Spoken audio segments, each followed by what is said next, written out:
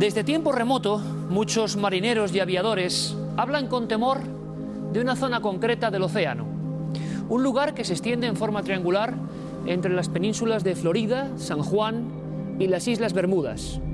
Un lugar cuyo nombre ya significa de por sí misterio. Un lugar donde puede pasar lo imposible, donde pueden ocurrir cosas como estas.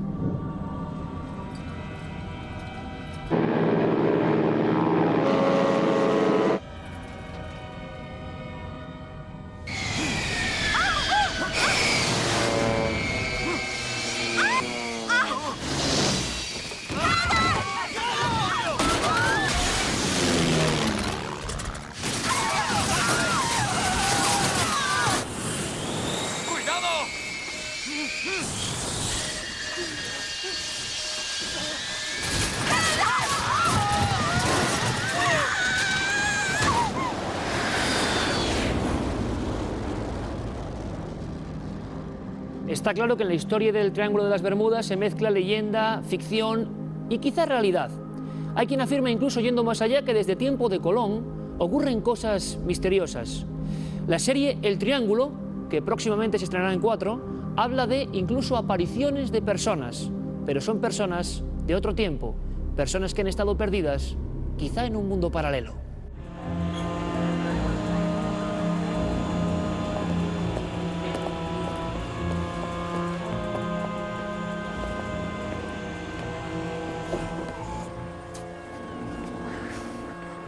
Ábrela.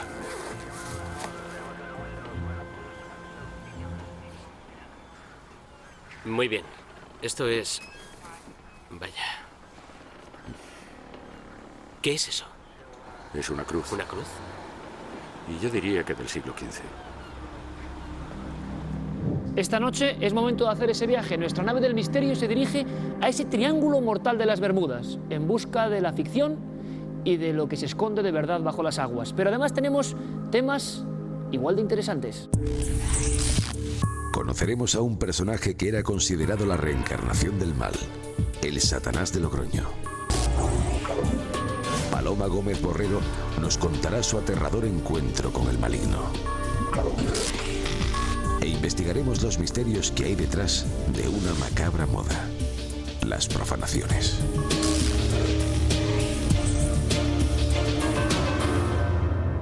¿Quién no ha sentido la fascinación por este lugar? ¿Y quién nos ha preguntado por qué se dejó de hablar de él?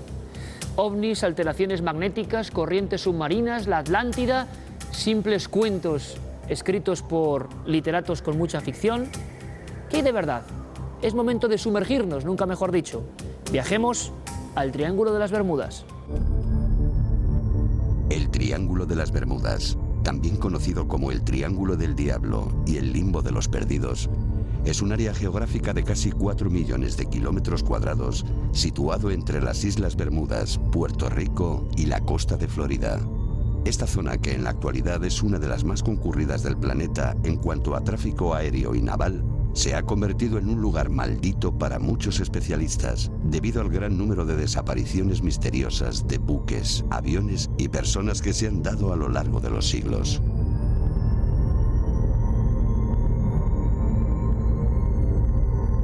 Desde mediados del siglo XIX han desaparecido más de 50 barcos y 20 tripulaciones aéreas.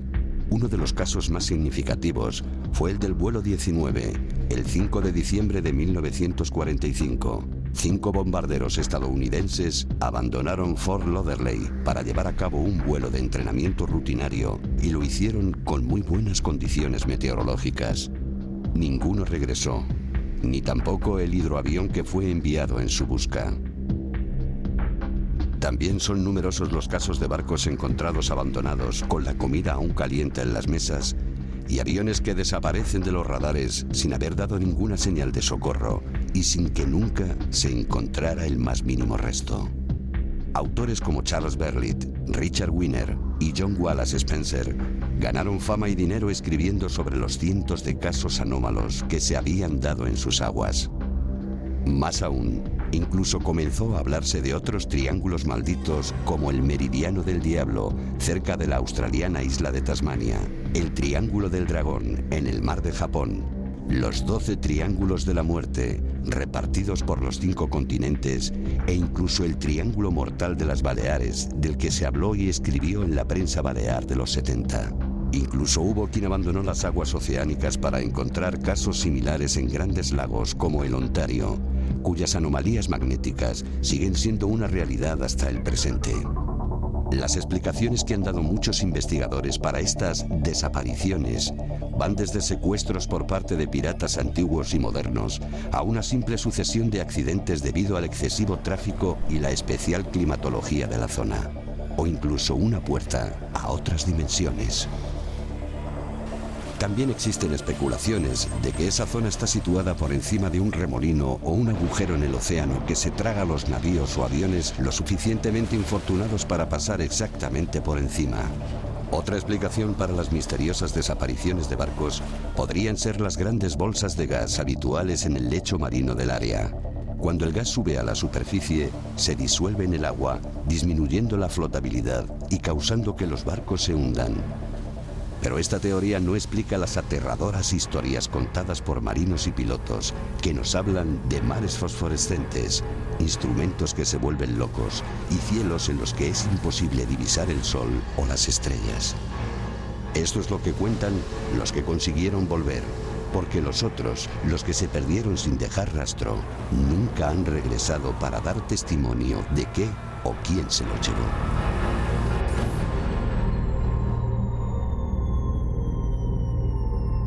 Aquí tengo un extracto de lo que podía ser una biblioteca de un amante del misterio de los años 70.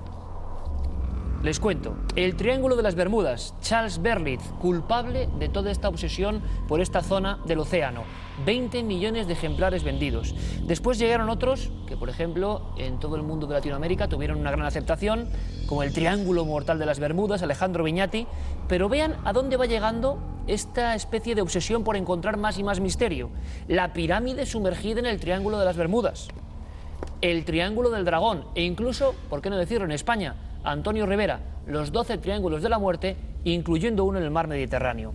Sin embargo, como inquietante es que hubiera tanta literatura y tantos millones de personas interesados en lo que pasaba en esta zona concreta, también es inquietante porque se dejó de hablar. ¿Ha habido casos después de la moda del Triángulo de las Bermudas, casos ya olvidados de desapariciones? Indudablemente, algunos incluso grandes, algunos importantes, como el caso del carguero mexicano Tuxpan en 1987.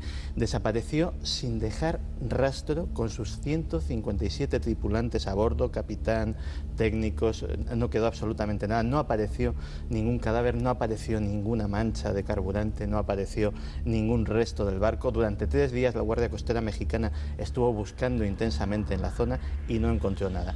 Aún así, ha habido casos también más pequeños, embarcaciones de recreo que también desaparecen misteriosamente o aparecen sin tripulantes, aeronaves pequeñas, accidentes aéreos incluso de cierta envergadura, pero bueno, que se han achacado a causas más convencionales, pero efectivamente sigue habiendo fenomenología. La gran pregunta es, y el debate que se abre es, ¿en cualquier otra zona existe el mismo número de desapariciones y no hay que darle más importancia? ¿O ocurre algo especialmente ahí? Se ha hablado de corrientes, de magnetismo, se ha hablado de extraterrestres, se ha hablado incluso de experimentos humanos, de secuestradores casi del futuro y del pasado, se ha hablado de todo. Tenemos con nosotros a Robert Goodman, un magnífico investigador, escritor, su última obra, El libro negro de los Illuminati, un día habría que hablar de los Illuminati, y lo tenemos aquí. Robert, bienvenido, buenas noches. Buenas noches. Robert, te veo lleno de papeles, de documentos. Para ti personalmente, ¿cuál es el caso al que le otorgas una mayor credibilidad, mayor interés de los ocurridos en el Triángulo en todo este tiempo? Bueno, yo creo que es cualquier tragedia de pérdida de barcos o aviones es importante, sobre todo para las familias de estas personas, pero habrá que pensar la causa. Como tú has mencionado, hay contestaciones para todos los gustos, desde abducciones alienígenas, anomalías magnéticas, el efecto de cristales, restos de la Atlántida que como fueron dañados durante el hundimiento de este supuesto continente.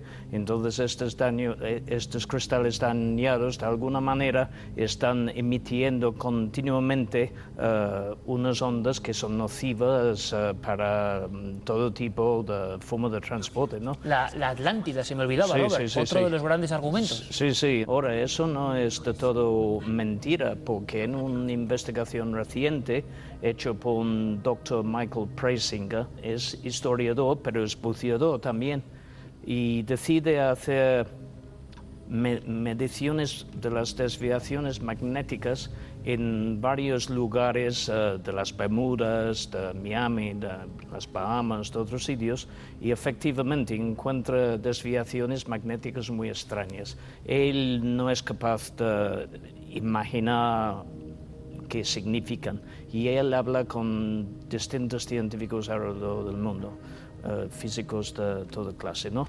Y entonces uno de ellos, que es un físico cuántico, dice de que estas mediciones de que tú has encontrado corresponden a la producción espontánea de micro agujeros de gusanillo, que es como si fueran mini agujeros negros. Santiago, ¿cuánta gente ha desaparecido? Más o menos, ¿se pueden hacer cálculos? Embarcaciones, personas, aviones en concreto, escuadrillas enteras que han sido tragadas por la nada. ¿Se ha hecho un cálculo concreto? Los cálculos varían mucho.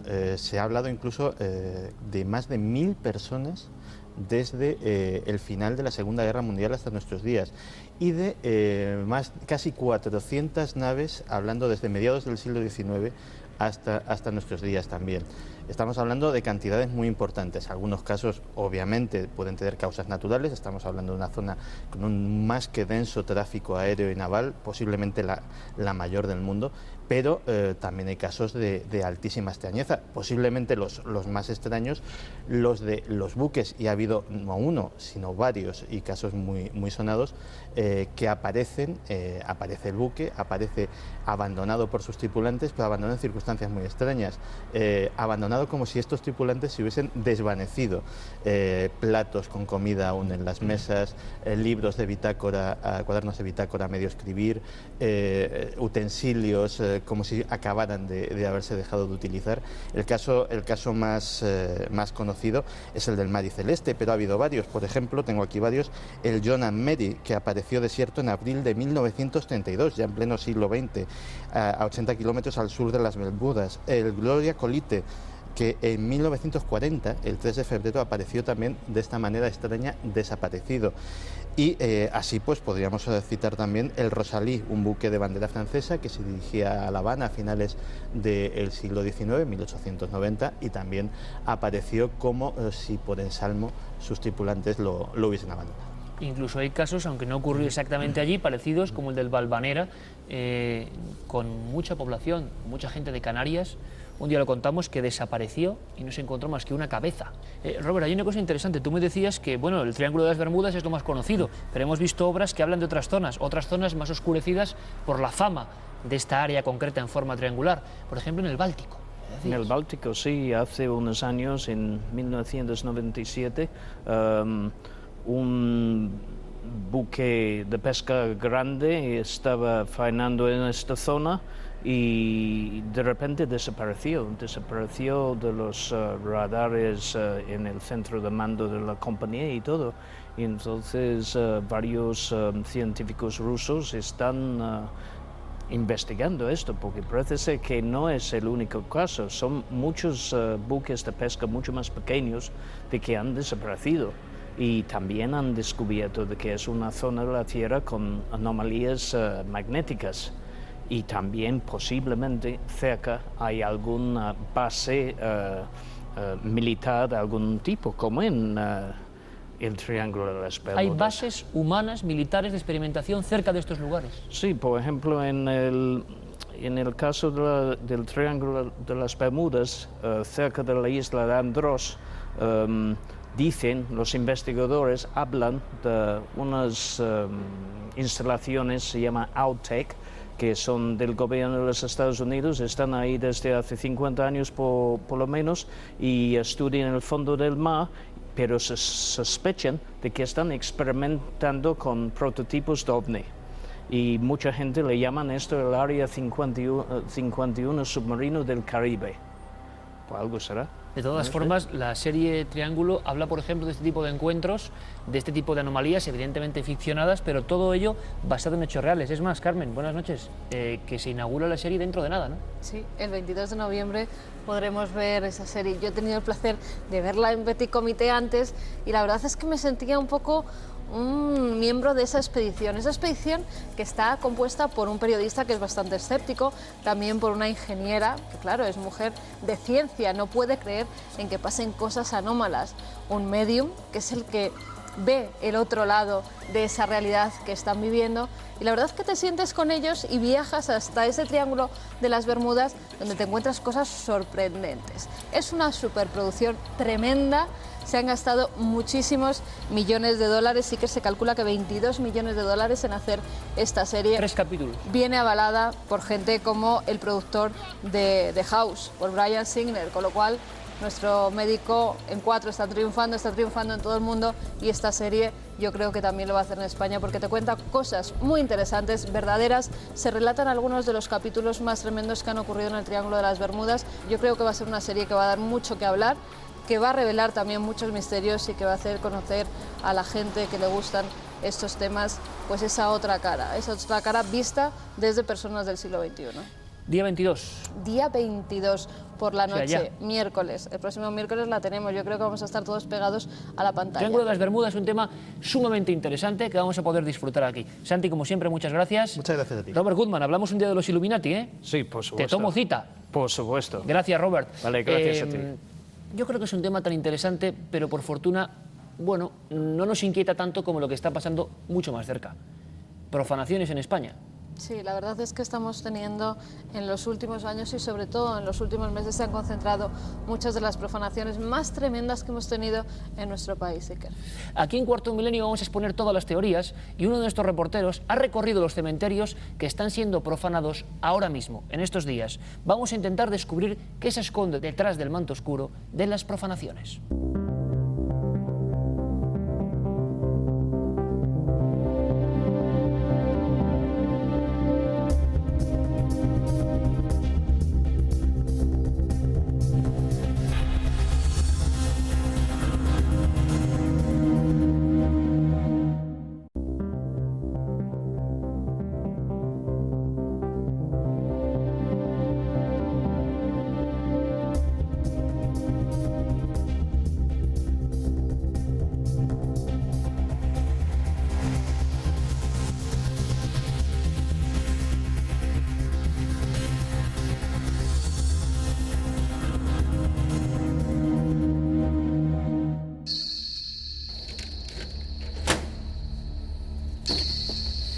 Nuestro siguiente expediente demuestra que algo está pasando, algo está ocurriendo y realmente es algo que no comprendemos la gente normal y corriente. Porque ¿quién puede comprender la mentalidad que se esconde en esas personas, personajes que amparándose en la oscuridad de la noche acuden a los campos santos y se dedican a perder el tiempo haciendo profanaciones? A perder el tiempo o a dejar algún mensaje. Pienso en esto después de conocer lo que ocurrió hace unas fechas en Zaragoza, en un camposanto de esta ciudad. Era un área más o menos marginal y algunas manos, se dedicaron a profanar las tumbas de forma distinta. Me explico. Habían borrado las faces, las efigies de las fotografías que acompañaban muchas tumbas y lo habían hecho con pequeños martillos y pasando prácticamente toda la noche. Las habían borrado del tiempo. La única tumba que permanecía igual y que presidía esa especie de festival del horror era un sepulcro blanqueado de un niño pequeño que murió prematuramente, un niño de apenas 2 meses. ¿Se imaginan al primer operario funcionario del Camposanto cuando llegó a esa zona, vio todas las fotos borradas y solamente esa iluminada por la luna? Tuvo que ser impresionante. Pero, ¿qué mensaje se esconde ahí? ¿Qué está pasando? ¿Por qué ahora mismo, en estas mismas fechas, está ocurriendo en diferentes cementerios? ¿Se aprovechan ciertas lunas, ciertos lugares concretos del calendario? La policía no sabe qué decir. Nuestro reportero Juan Jesús Vallejo ha viajado a estos lugares. Ha llegado a algunos apenas horas después de que los profanadores se marchasen de allí. Esta es su crónica.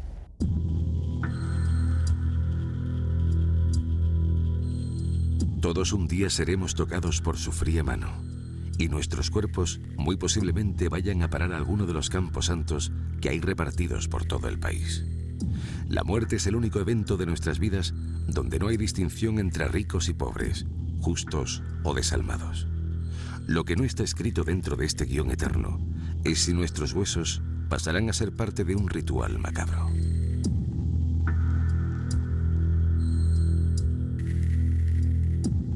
Concretamente en este municipio hubo, creo recordar, sobre 13 o 14 profanaciones y en este cementerio sobre 8 aproximadamente.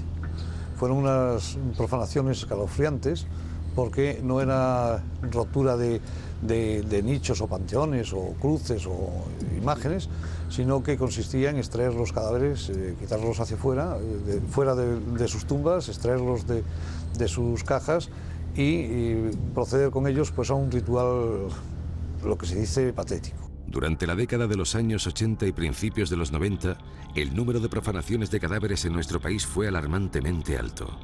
Nadie sabe ahora el porqué, ni los motivos, pero este año, 2006, ha sido de nuevo una fecha en la que las ceremonias de muerte en los cementerios se ha disparado. Diversas localidades de Cuenca, Zaragoza, Gerona o Pontevedra, e incluso de la vecina Portugal, han sido escenario de este tipo de actos aberrantes e incomprensibles. Estas imágenes pertenecen a las más de 200 tumbas destrozadas recientemente en Vigo y en la localidad lusitana de Áncora. Uno de los presuntos autores de estos hechos ha sido detenido hace pocos días por la Guardia Nacional Republicana. El móvil de tan horrible comportamiento ha dado pie a 1000 conjeturas.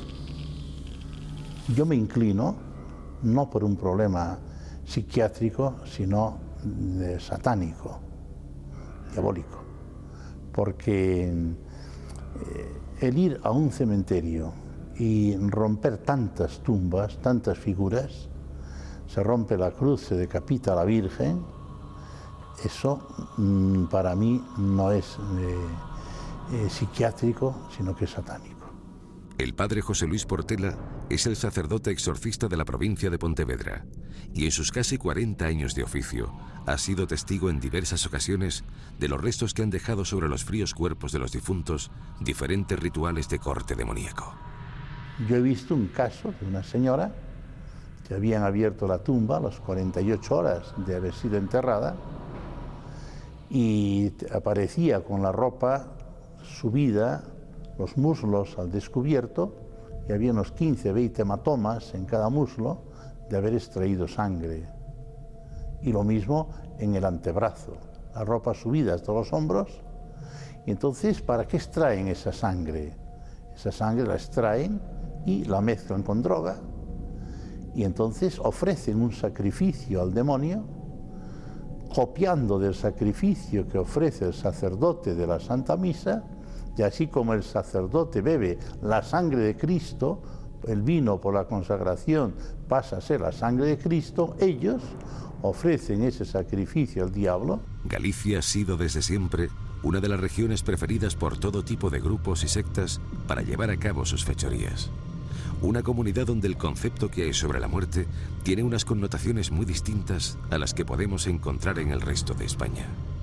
Bueno, la muerte en la cultura gallega, la cultura de la muerte en lo que es la cultura gallega siempre ha tenido una gran importancia, no solo en Galicia, sino también en todas las demás zonas, las llamadas zonas de influencia celta, como puede ser la Bretaña francesa, Irlanda, Escocia, Gran Bretaña y en la península ibérica todo lo que es el norte peninsular, no solo Galicia. Y esto tiene una razón de ser, y es porque en los pueblos celtas la muerte y la adoración a los ancestros también era una parte importante de sus vidas, ¿no? De hecho, en Galicia existe la tradición por todos conocida de la Santa Compaña, una procesión de muertos, y esta es una tradición que se repite en todas esas zonas de influencia celta, aunque estas procesiones de muertos se les denomina de diferente manera. Varias son, por tanto, las teorías que existen sobre las posibles motivaciones que pueden empujar a sectas, brujos o sencillamente locos a perturbar el descanso de los muertos.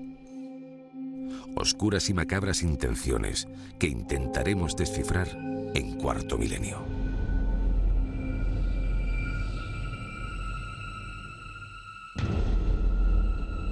Y ya está aquí nuestra mesa de expertos dispuestos a analizar qué está pasando y por qué, con qué sentido, si es que tiene algún sentido. Juan G. Vallejo, buenas noches. Hola, buenas noches, Iker. Acabas de llegar de esos cementerios. ¿Qué es lo más extraño que te has encontrado en esta vuelta por España buscando, desgraciadamente, un tema tan insólito como este? Lo más extraño que me he encontrado, Iker, es que ante la versión policial que yo tengo de que en Vigo, la noche del 3 al 4 de noviembre, se destrozan unas 150 tumbas, luego, unos días más tarde, sucede en Ancora. Sin embargo, a mí no me queda en absoluto claro que el autor sea el mismo. Me explico. Este señor, que no tiene identificación porque no tiene papeles, supuestamente de nacionalidad uruguaya, pues se le detiene en Portugal por robar un coche. En cambio, yo he visto los dos cementerios, los he podido comparar. El de Vigo aparecen unas 150 tumbas donde hay vírgenes decapitadas y cruces rotas, pero muy pocas lápidas. En concreto, si mal no creo, viene más que una o dos. Sin embargo, el de Portugal, el modus operandi es diferente. En Ancora sí aparecen una gran cantidad de lápidas rotas, casi unas 100 estamos hablando, mientras que cruces y vírgenes las hay también decapitadas y rotas, pero mucho menos. Se habla de grupos, se habla de ritos, se habla de nuevas formas de desafiar a la muerte. De eso sabe, porque es la materia de su estudio, el doctor en antropología José Luis Cardero, buen amigo de este programa. José Luis, bienvenido. Muchas gracias, Iker, buenas noches. Además, gallego, conoces bien la zona, conoces bien el respeto a la muerte, el temor y la fascinación, pero me dabas un dato antes cuando yo estaba explicando lo de Zaragoza, que a mí me ha sobrecogido. Es que la escena de las fotos borradas y solo dejarla de un niño, yo le daba vueltas, qué puede ser y por qué. Y parece que eso viene desde muy atrás en la historia, ¿no? Como casi siempre viene todo. Efectivamente, sabes que los nombres de los faraones estaban colocados en unos puestos en unos cartuchos. Entonces, cuando se trataba de borrar la memoria de un muerto, lo primero que se hacía era la ceremonia del borrado del nombre. Es decir, se machacaban con unos cinceles los nombres de los faraones, y con eso, una vez desaparecido el nombre, desaparecía el alma, desaparecía el Ka o el Ba, y el difunto dejaba de existir, que es quizás uno de los castigos más terribles que en aquellos momentos se podía infligir a un muerto. Pero eso vuelve otra vez a lo que estamos hablando, es decir, es una manifestación de poder. Es decir, yo que puedo, actúo contra la muerte y contra su presa, contra el muerto, que en principio está ahí, no me puede hacer nada. Es decir, yo manifiesto mi poder de esa manera. Qué interesante, porque yo desde luego no imaginaba que detrás de un acto como el de Zaragoza, una persona, 2, 10, ¿cuántas?, pasando horas de noche, ocultas imagino, con unos pequeños martillos que la policía no entendía nada. Quizá aquí esté la explicación, algún rito antiguo, desalojar al muerto de su última morada, ni más ni menos. Nos acompaña ese gran maestro del periodismo, nuestro querido compañero Paco Pérez Avellán. Paco, bienvenido. Buenas noches, Iker. Y me contabas otra cosa que me ha estremecido casi tanto como lo de José Luis, que es que hasta hace bien poco, no sé si ahora, profanar un cuerpo en España apenas cuesta nada. Sí, es poco más que una falta, es importante porque esto es una gran falta de respeto al descanso de los muertos, y yo creo que sobre todo también al amor de los vivos, ¿no? Porque la gente deja allí a sus seres queridos y de pronto son interrumpidas esas circunstancias por una serie, en principio esto se le da poca importancia, unos vándalos, unos gamberros. Pues es mucho más profundo que todo esto. Y más profundo. Detrás de todo esto están los necrófilos, los necrófagos, están los individuos que van allí a hacer determinado tipo de retos, que van incluso a vencer determinado tipo de reto personal, a poner por encima su valor, a conseguir estar con los muertos y con la muerte. Y yo pienso que porque creen que allí están las ánimas, que pueden estar en un mundo distinto, y por eso están acompañados y quieren desenterrar los cadáveres. O sea, aquí estamos con buscadores de cadáveres, con personas que se sienten a gusto en la muerte, que la buscan, que pueden reproducirla, que a veces después de romper y estropear absolutamente un cementerio o abrir tumbas se convierten en criminales y llevan a la gente a la tumba. Esto tampoco lo podemos dejar fuera. Y la actividad de sectas, de grupos, de personas que se reúnen allí, por ejemplo, para hacer un caldo con huesos de muerto. Caldo con huesos de muerto. ¿Qué sentido tendría esto? ¿Esto ha ocurrido en España? Un ritual, ha ocurrido además recientemente, un ritual de cualquier tipo, quizá sencillamente una prueba, incluso un juego macabro, pero yo me inclino más por cosas más profundas, es decir, le estamos quitando hierro a un asunto que crece. Indudablemente crece, porque los últimos números son para echarse a temblar de verdad, en toda España. En los años 80 hubo rebrotes. ¿Por qué esos rebrotes? ¿Sería lógico, José Luis, a nivel antropológico, a nivel de creencias profundas del ser humano, unir esto a la luna, unir esto a ciertas fechas? Está ocurriendo. Este mes de noviembre ha sido dramático a nivel de profanaciones en España.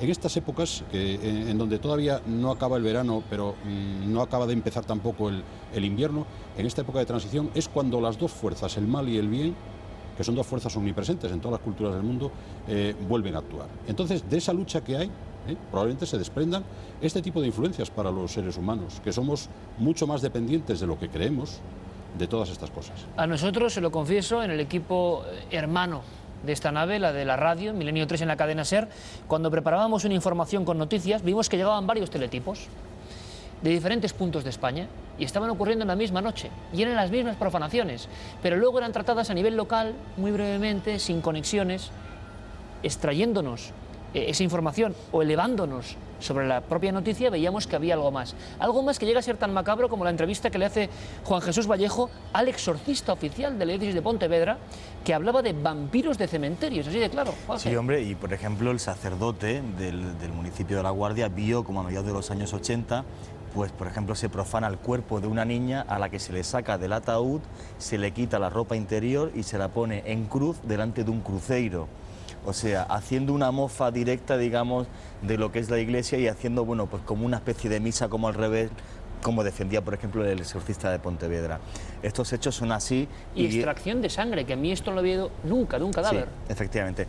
Lo que implicaría además, según he estado hablando con algunos forenses, ciertos conocimientos de anatomía, porque un cadáver, la niña esta, por ejemplo, lo que falleció fue en un accidente de tráfico. Pero el extraer sangre 48 horas después de un fallecimiento hay que tener ciertos conocimientos de anatomía, porque habría que extraerla de la yugular o la femoral, no de cualquier sitio. O sea, realmente estamos hablando de una persona que tiene la sangre fría para poder sacar un cadáver, la sangre fría para utilizar la rigidez post-mortem para poner a una persona en cruz delante de otra cruz, y además con conocimiento de anatomía para sacar sangre y hacer no sé qué con ella. Pero bueno, de los recortes de prensa, por ejemplo, que he podido recoger de aquella época, pues algunos tan raros como, por ejemplo, roban huesos de cadáveres para mezclar con drogas, un ritual que se hace en Cangas, Pontevedra, en el año 79, donde además se utilizan cráneos humanos como copas para tomar vino. O sea, hablamos de dementes. ¿Es posible esto? ¿Hablamos de dementes o hablamos de algo más, como estaba diciendo aquí el punto Paco Pérez Avellán? Ya no hay ladrones de cuerpos, ¿no? Los hubo, pero ya no hay. Los vampiros de cementerios que estaba citando hace un momento tienen una larga tradición. Por ejemplo, los vampiros de Edimburgo, en Escocia, individuos que robaban precisamente cuerpos porque entonces no era fácil para facultades de medicina encontrar cuerpos para estudiar anatomía. Bueno, estos individuos se dedicaban a romper las tumbas, a sacar los cadáveres, y cuando efectivamente la gente se vio obligada a poner barrotes en las tumbas de sus seres queridos para que no fueran a robar, o incluso vigilantes armados, entonces lo que hicieron fue producir muertos nuevos, matar a la gente para llevar esos cuerpos al doctor, al catedrático de medicina que se encargaba de comprárselos. Es decir, es una vieja tradición. Los cementerios son lugares de cita clandestina, un sitio donde se puede tramar cualquier historia y donde pasan muchas cosas que no le damos importancia, que le quitamos total trascendencia, pero allí han salido grandes criminales, la formación de grandes criminales y también la de grupos dañinos para la sociedad. Hemos preparado unas posibles teorías, unas posibles soluciones a este misterio. Ustedes deben quedarse con la que más les parezca, aunque lo más interesante es que no hubiera ninguna de estas, ¿no? Que no pasara nada de esto. Pero vamos a verlas, son unas imágenes crudas, fuertes, pero está ocurriendo, no se puede negar que esto está pasando ahora mismo en este país. No podemos hacer como mucha gente hace y poner un tupido velo. Está pasando y hay que arrojar luz. Teorías para las profanaciones. Esta escena ha ocurrido en la realidad, aunque cueste creerlo. Ocurrió en la localidad pontevedresa de La Guardia, durante la década de los 80. Los cadáveres, aún recientes, eran sacados de sus ataúdes para más tarde ser postrados ante signos sagrados. En varias ocasiones eran cuerpos de mujeres, e incluso niñas, arrodilladas tras habérsele sustraído la ropa interior. 20 años después, aquellos hechos siguen siendo un tema tabú entre los habitantes de este municipio. Pocos se deciden a hablar. En aquella época se habló de rituales satánicos, pero jamás hubo detenido alguno por tan macabros hechos. Todo un halo de misterio pervive sobre la verdadera motivación que empujó a un grupo de desalmados a cometer tal representación del horror. Para muchos, son los adoradores del demonio los que están directamente implicados en tan crueles actos. Hay sectas legalizadas en España. En España hay 38 sectas legalizadas como religión. Pues hay sectas que tienen como misión de su religión el dar culto al demonio profanando sepulturas. Y puede ser este uno de los casos. Hay otros casos donde no solo se profana, se rompe detalles, parte de una sepultura, sino que se abre la tumba a las 24, 48 y hasta 72 horas de enterrar a una persona y entonces se extrae sangre. Pero los investigadores, además de barajar diferentes hipótesis que nos hablan de grupos satánicos, observan cada vez más otras posibilidades. Este año, en la localidad gerundense de Perelada, se profanó una tumba con la que se hizo un caldo de huesos. Algo insólito que revolvió el estómago de toda España. Y lo más extraño es que 10 años antes había ocurrido otra vez, en el mismo lugar, con el mismo procedimiento, llegando a beber el espantoso brebaje. Un oscuro ritual que, sin embargo, no es nuevo en España. Los especialistas creen que la llegada a nuestro país de miles de inmigrantes africanos y caribeños puede estar directamente relacionada con este tipo de delitos. ¿Quién sabe si los citados hechos no son más que el fruto de una mezcla de ritos, o simplemente la marca de un brujo o chamán demente que arrastra tras su locura a pequeños grupos de adeptos? El caso es que no hay una sola teoría que explique en su totalidad las profanaciones de tumbas que desde hace décadas acontecen en nuestros cementerios. El brujo en zona es lo que calculo yo que ocurrió aquí, y estoy seguro que así fue, ¿no? El brujo que coge en el seno de una familia pues con un enfermo en estado terminal y que buscan la forma de salvarle la vida y llegan a hacer lo que le mande ese brujo, ¿no? De hecho, estamos en un municipio, concretamente, de La Guardia, donde la emigración hacia Sudamérica pues es muy fuerte, ¿no? O Centroamérica incluso, Santo Domingo, Puerto Rico, etcétera, etcétera, que claro, que se trae pues las raíces del africanismo al otro lado del Atlántico y resulta que tiene estas consecuencias. Ahora otra noche se acerca y las frías cruces guardan la oscuridad de los campos santos.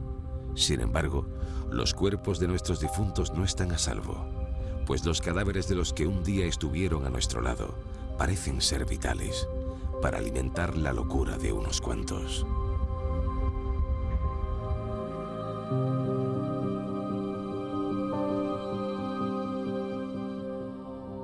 Sectas satánicas, simple vandalismo, extraños rituales que no comprendemos, magia afrocubana.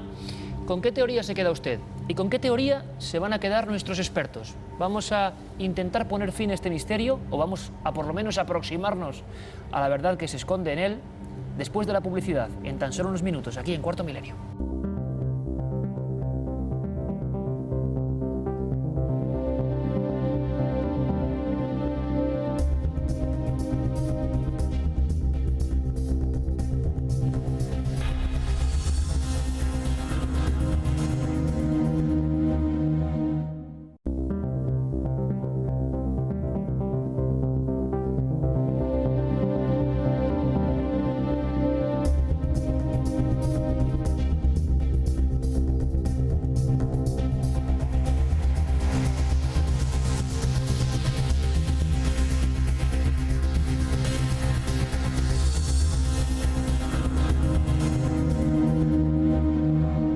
Está siendo un otoño caliente en cuanto a las profanaciones, por desgracia para todos nosotros. Los camposantos no duermen tranquilos y muchas familias incluso han decidido hacer guardia delante de las tumbas. En otras ocasiones, algunos desalmados han borrado la faz de las fotos que aparecen en las lápidas.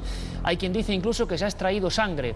Para algunos sacerdotes exorcistas que ha entrevistado nuestro compañero Juan Jesús Vallejo, se trata de sectas satánicas auténticamente malignas. ¿Qué está ocurriendo? ¿Qué está pasando? Vamos a dirimirlo.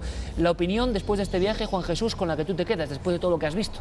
Pues me quedo un poco con todas, sí, que o sea, pienso que un pequeño grupo sí sería culto satánico en relación, por ejemplo, al cementerio de Vigo, en el sentido de que entran a romper y decapitar 150 vírgenes o 150 crucifijos y es un atentado muy directo a lo que es simbología más que a los cadáveres en sí. ¿Hay culto satánico en España actualmente real? sí lo hay. El tema es o gente que se hace pasar por satánico porque es como una moda. El 90% de todo lo que ha salido en prensa publicado en España sobre grupos satánicos en los últimos años es falso. Doy fe de ello en todo el tiempo de investigación que he estado detrás de esto.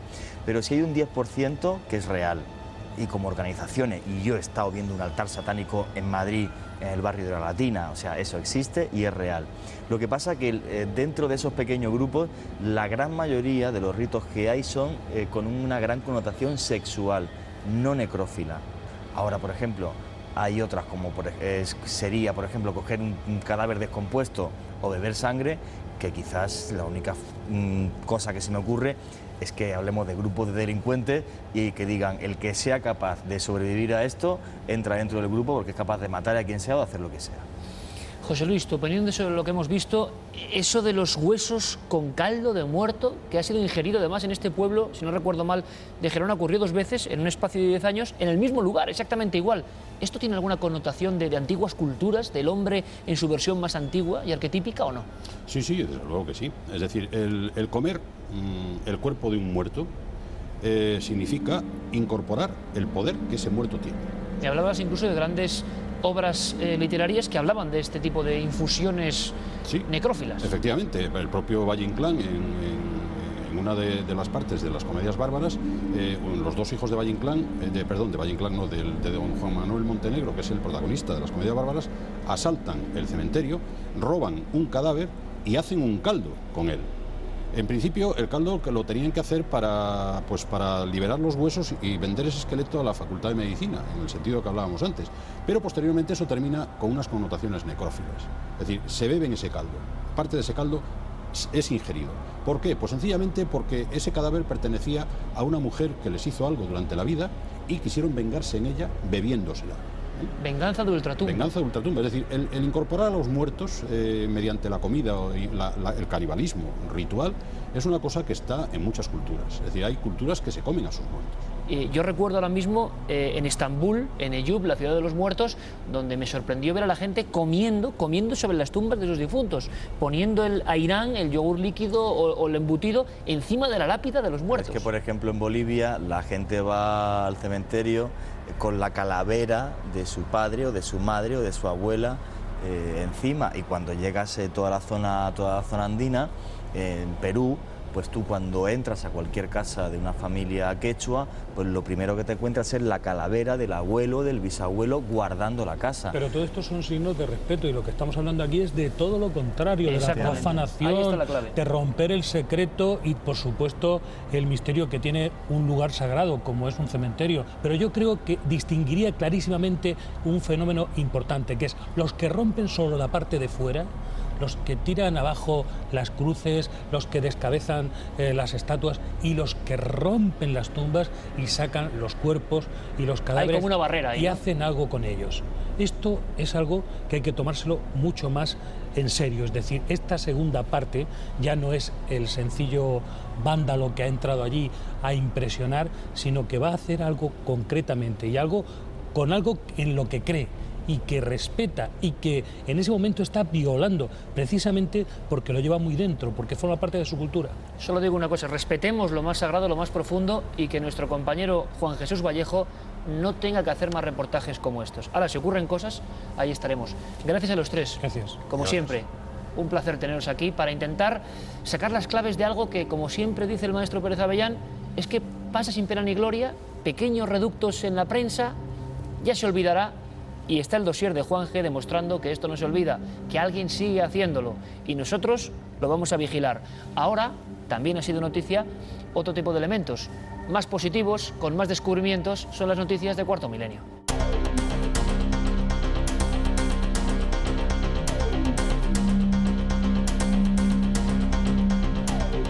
La primera noticia de esta semana es muy especial. Nos han llamado, aquí a Cuarto Milenio, de Rennes-le-Château. Muchos dirán, ¿qué es Rennes-le-Château? Se lo explico muy rápidamente. Aquel pequeño pueblo, algunos dicen que consagrado su iglesia al demonio, donde vivió un cura extraño, Berenguer Saunier, un hombre que dejó códigos, dejó pistas, encontró un tesoro inmenso, y hay quien decía que ese tesoro era ni más ni menos que la genealogía de Jesús. En definitiva, la historia real en la que se basó Dan Brown para hacer gran parte del Código da Vinci. No en vano, el primer personaje del Código da Vinci de la novela se llama Saunier, en honor a este cura. Bueno, pues sobre Saunier, novedades importantísimas, Carmen. Pues la verdad es que noticias muy recientes nos han llegado hace apenas unas horas, Iker, directamente desde Reims-le-Château. Al parecer, tras 6 años de investigaciones, buceando en archivos, en bibliotecas, el alcalde de este pueblo, de este pequeño pueblo francés, ha descubierto cosas interesantísimas, Iker. Jean-François L'Huillier, entre los documentos que ha encontrado, por ejemplo, está el testamento de Marie d'Ernau. ¿Te acuerdas? Esa criada que siempre acompañó a Berenguer Saunier. La criada de este extraño sacerdote que murió de la misma forma que él, sin poder hablar, una historia muy rara.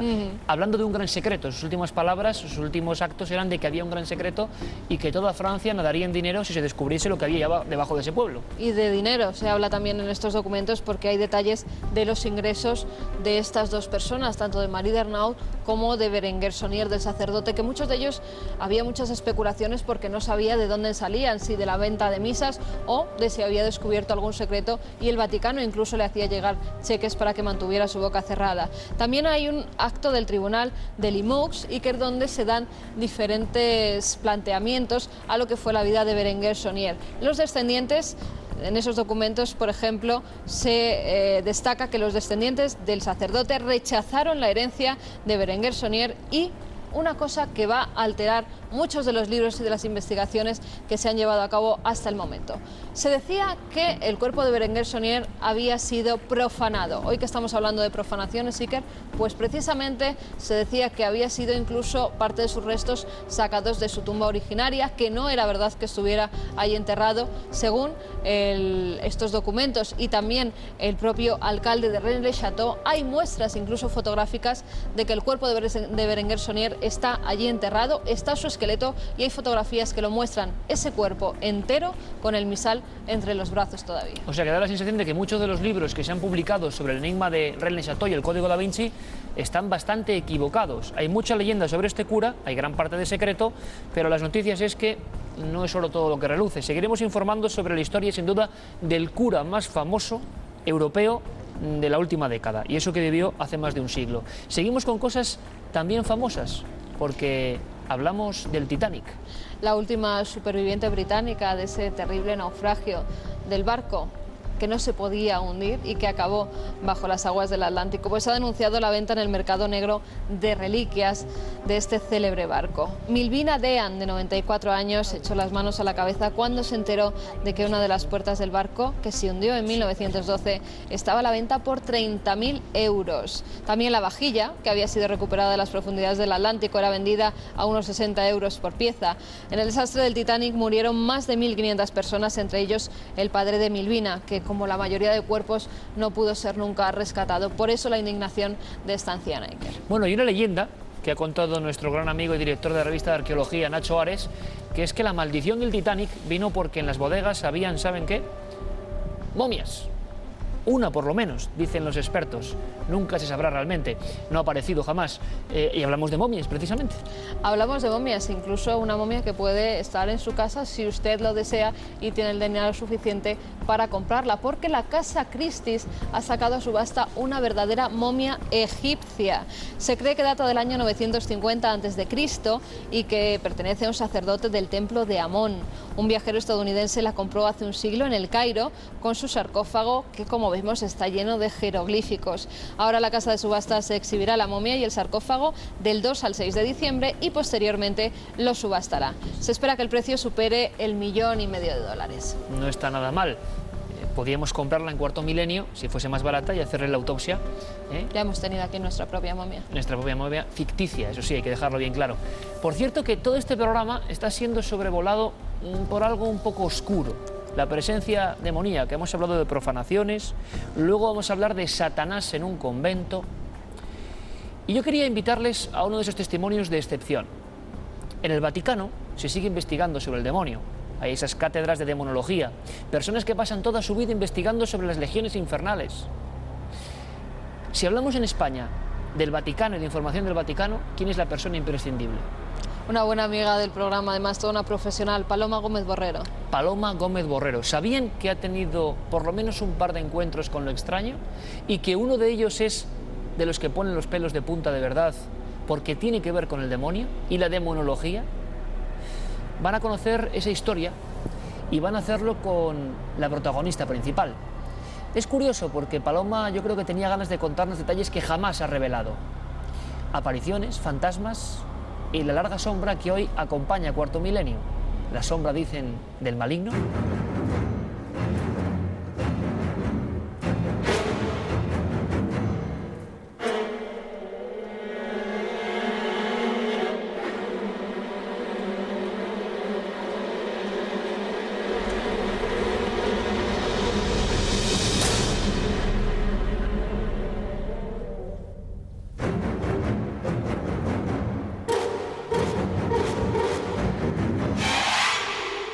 Es un honor, Paloma. Buenas noches. Muchas gracias, Iker. Tenerte aquí, en este ambiente tan recogido, para hablar de experiencias personales incluso.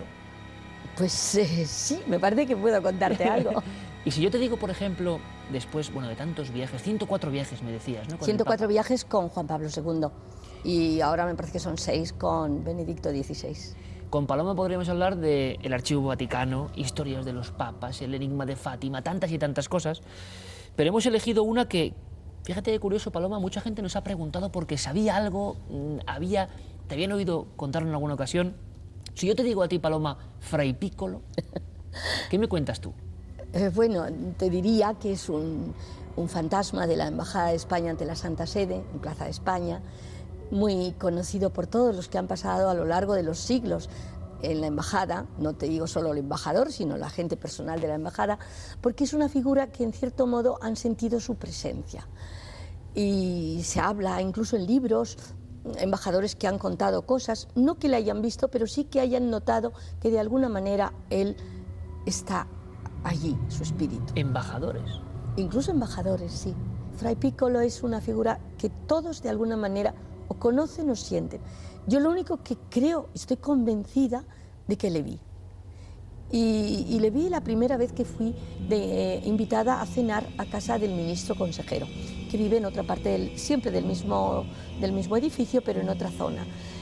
Y llegaba tarde, iba deprisa, doy a la luz, se enciende un gran salón que hay donde hay 5 puertas, entre las del ascensor. ¿Es un edificio antiguo, Paloma, para que la gente lo visualice? Sí, es un edificio, yo creo que debe ser del 1600, palacio precioso, que se compró para España y siempre ha sido la sede de la embajada ante la Santa Sede. Entonces yo al abrir la luz, al dar la luz y abrirse la luz allí en este sitio, me encuentro con 5 puertas, sin ningún nombre en la puerta, digo, ¿y ahora dónde vive el ministro consejero, no? Pero vi en un rincón, o sea, al mirar bien, porque es una sala grandísima, vi a un fraile que estaba, no le vi la cara, estaba como la cabeza baja, pero le vi. Yo digo, estará rezando, pensé para mí. Y al verle le dije, ¡ay, menos mal que está usted ahí! ¿Sabe dónde vive el ministro consejero? Y me señaló con la mano una de las puertas. Yo llamé, salió el camarero y me volví otra vez al fraile, que le dije, muchas gracias, ¿viene usted también a cenar? No me contestó. Pensé para mí, bueno, tiene voto de silencio, o no sé, o es sordo, ¿no? Entonces dije, bueno, gracias, ¿eh? Y volví y entré. Y cuando entré dije, llego un poco tarde, pero menos mal que está ese fraile fuera, que me ha dicho en qué puerta llamar. Y dice, pues si no hay nadie, si eres la última, y además hay un control, ¿no? Desde la portería avisan si que entre alguien. Dice, si eres la última, dice, estamos todos aquí. Digo, no hay un fraile, preguntarle al camarero, vamos, no. Y además es el que me ha dicho qué puerta llamar. Y llamaron al camarero y dijo, no había nadie en la sala enorme aquella. Y entonces digo, no, está el fraile ahí. Y ya el camarero dice, no hay absolutamente nadie. Digo, pero perdone usted, ¿no me ha oído que le he dicho que si venía a cenar también él? Y le he dado las gracias y le he dicho que gracias a Dios.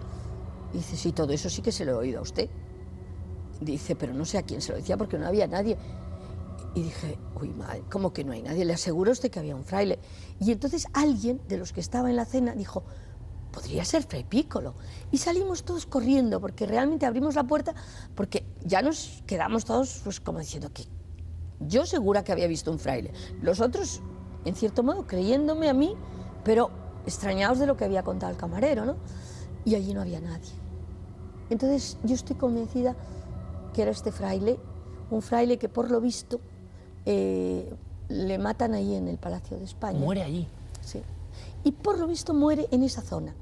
Recuerdo perfectamente cómo era, recuerdo dónde estaba, todas las veces, que ahora ya he vuelto muchas veces allí, miro siempre esa esquina. ¿Nunca ha vuelto Fray Piccolo? Nunca le he visto, no.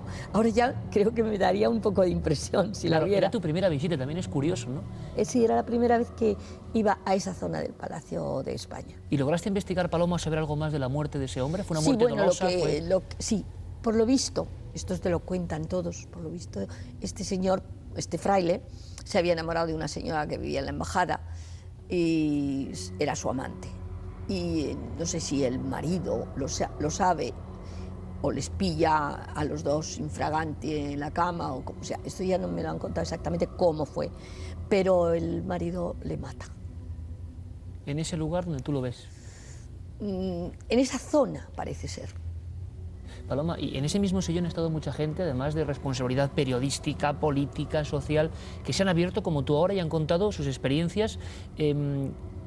Ahora tú, ¿cómo ves cuando alguien, sea en este programa, en otro medio, habla de un encuentro con lo extraño, que incluso lo están pasando mal? Yo lo creo siempre, entre otras cosas, cuando muchos me han dicho para criticar, dicen, ¿cómo te dedicas a escribir un libro sobre espíritus, sobre fantasmas? ¿Qué dice el Vaticano? Y digo, pues yo no sé lo que dirá el Vaticano, pero sí puedo decirte que lo que dijo San Agustín, que los muertos son seres invisibles, pero nunca seres ausentes. Qué bonita frase. Así es Paloma Gómez Borrero, y además yo creo que con esa pasión que está llegando a todos los espectadores. Una historia personal, pero no va a quedar aquí. Vamos a contar quizá, yo no sé si La cara y la cruz, otra historia incluso mucho más dramática, Paloma, por lo menos esta sí que daba susto, lo que vamos a contar después en unos minutos, ¿no? ¿Te refieres al maligno? Al maligno. Bueno, sí, eso es más inquietante. Bueno, pues vamos a contarla aquí en unos minutos. Paloma, que ha estado tantos años en el Vaticano, que lo conoce palmo a palmo, que conoce lo que se respira en cada esquina, cada historia, quizá cada archivo secreto que nosotros no conocemos o que le preguntamos. Tampoco te pases. Pero lo que está claro es que si este encuentro fue más o menos positivo, curioso, ¿verdad, Paloma? El otro sí que le deja a uno un regusto, sí, imagino que más oscuro, sobre ¿no? todo el otro ha tenido, digamos, otros momentos que empiezan el día que le hago una entrevista al demonólogo del Vaticano, que se llama Monseñor Corrado Balducci, que ha escrito muchísimos libros, incluso traducidos en muchos idiomas. No me cuentes más, Paloma. No me cuentes más, por favor. Demonólogo del Vaticano y luego una experiencia de la gran periodista Paloma Gómez Borrero, aquí en Cuarto Milenio.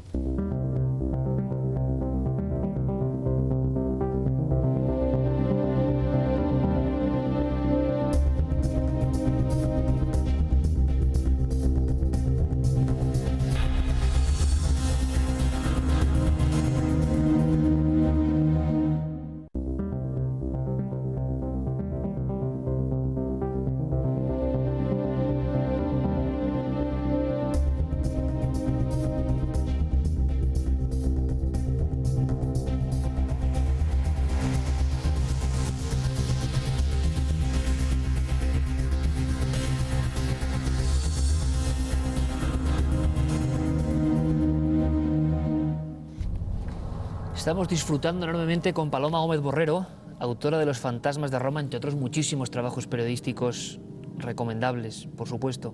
Nos ha contado la historia de Fray Piccolo, ni más ni menos. Un encuentro con lo extraordinario, un encuentro con lo sobrenatural, un encuentro que ella analiza positivamente. Sin embargo, Paloma, habíamos dejado a la audiencia un poco así en impasse, hablando de la otra cara. Hay cara positiva y hay cara más oscura también en los enigmas de la Iglesia y del Vaticano. Hablamos de Corrado Balducci y a mí me gustaría antes que presentásemos al personaje, un demonólogo vaticano. Un demonólogo es una persona que estudia la influencia, el poder, la forma, digamos, que a lo largo, desde la época de Cristo, a Cristo se le presenta el diablo para tentarle, y se llaman demonólogos, es decir, expertos en demonología. Y yo tenía que hacerle una entrevista que me pidieron, entonces yo me fui a su casa para hacerle la entrevista, que fue muy larga, 2 horas, con lo cual fueron 2 cintas de 1 hora cada una que grabé. Mientras él hablaba, yo tomaba notas para luego saber qué punto de la cinta me interesaba pasarla luego a la radio. ¿Cómo era el lugar de la entrevista, Paloma? Y era su casa, era su casa. Me la imagino llena de libros de demonología. Todos los libros que son un poco inquietantes. Claro, yo recuerdo un poco el fotógrafo para hacer una entrevista. Un fotógrafo, porque le he hecho varias entrevistas a Monsignor Malducci, y me acuerdo una vez que fui para una revista que me habían pedido y llevé a un fotógrafo, y el fotógrafo entró en la biblioteca y a los 2 o 3 minutos salió porque estaba sintiéndose mal. Yo decía, yo noto algo, que no puedo estar aquí, que no puedo estar aquí.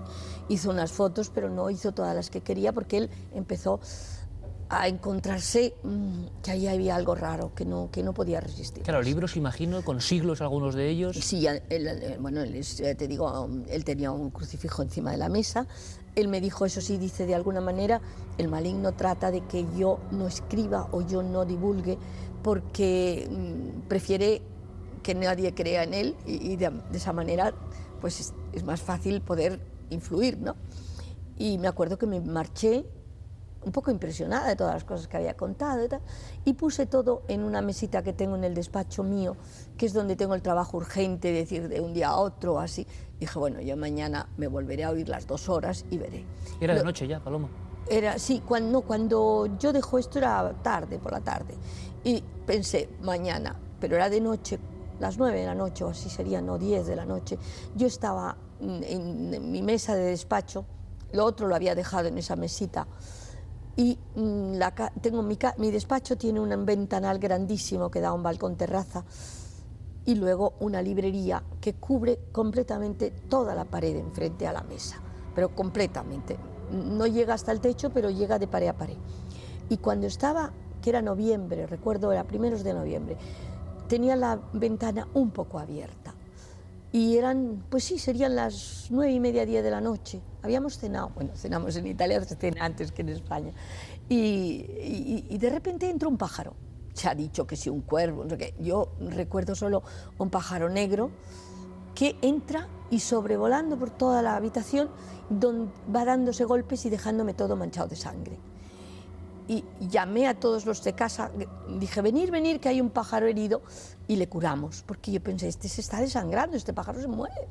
Y al final, después de dejarme de verdad como si hubiera hecho un asesino en casa, se queda encima de la librería.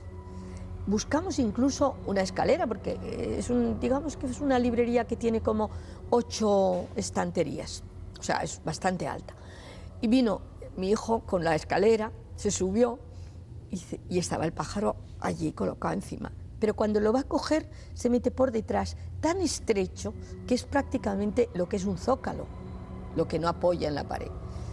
Y se mete por allí en vertical. Y dijimos, pero bueno, este pájaro está loco, vamos, este pájaro ahí no le podemos sacar. No cabía ni la escoba, porque buscamos la escoba y todo, a ver si así le podemos ayudar, ¿no? Nada, allí nada. Y ya se acabó la historia, y le digo a la chica de casa, digo, por favor, Rosario, digo, trae la caña al portero, pídele una caña, a ver si así puede entrar y sacamos, digo, porque va a haber un nido de hormigas, va a oler, qué sé yo. Desde luego muerto, pensé que estaría muerto. Nunca, allí no había nada. O sea, pasamos toda esta caña por un lado y otro, todo. No había ahí pájaro. no había pájaro, no había nada. No había nada, pasábamos la caña, digo, bueno, pues ahí se habrá quedado. Y entonces me llama, era Luis del Olmo, para quien le hice la entrevista, y me dice, Luis, dice, ¿hiciste la entrevista? Me llaman. Digo, sí, pero mira, me ha pasado de todo. Pero ahora no te preocupes, que como fue anoche esto, ahora por la mañana yo recojo todo y mañana ya tienes los cortes y toda la entrevista. Bueno, voy a coger lo que tengo encima de esa mesita y me encuentro que el magnetofón roto. No estaban las cintas, no estaba el bloc de notas y no estaban las fotocopias. Allí no había entrado nadie, todo, y el magnetofón roto. Roto un gancho extraño, porque no le había tocado nadie. Bueno, es que no había habido nadie, de ahí nos fuimos todos a acostar. Y bueno, ¿qué a no pasa? ser que fuera el propio pájaro de un golpe, que ya sería... No, imposible, y que se llevan el pico también el cuaderno, vamos, no. Y entonces yo busqué, hasta me oí todas las cintas que tenía en archivo, digo, que normalmente todas las cintas tienes el título puesto de lo que es, pero yo ya estaba desesperada diciendo, buscando, ¿qué ha pasado aquí? Y entonces fui a la librería Vaticana y le dije a don Belleri, digo, ¿tiene usted el libro de Monseñor Balducci, ¿Existe el diablo y cómo identificarlo? Dice, hija, tenía una copia, la he tenido hasta ahora, hace una hora que ha venido un señor y se la ha comprado. ¿Cómo es posible que todo esté pasando? Bueno, mandé el artículo y por lo visto todos los números de esa revista que se mandaron para los que estaban abonados, no llegó ninguno. Y al cabo de 2 años, en noviembre, no te sé decir si fue el mismo día, eso ya sí, porque es que no lo recuerdo, pero en el mismo sitio aparecieron las cintas encima, las fotocopias y el bloc de notas. 2 años después. Sí, ya no me servían para nada. Entonces sí que yo fui a hacer una entrevista a Balducci, como te digo, aquella vez con el fotógrafo, y entonces sí que se lo dije, digo, monseñor, le hubiera llamado porque me pasó esto. Dice, ya le dije a usted que sería difícil, que pondrían muchos obstáculos para que usted pudiera trabajar. Y eso sí fue. ¿Y cómo reflexionas sobre eso, Paloma? Tiempo después, como periodista, como persona acostumbrada a trabajar. Yo sí que pensé que de alguna manera no quería que yo hablara o contara, y querría quizá atemorizarme de alguna forma, pero no la verdad que no lo consiguió. Es difícil atemorizar a Paloma. Yo fue una cosa instintiva que tuve, fue como a ver quién puede más, o sea, yo tuve esa sensación, a ver quién puede más, y dije, tú conmigo no vas a poder. ¿Y has vuelto a escribir sobre el diablo?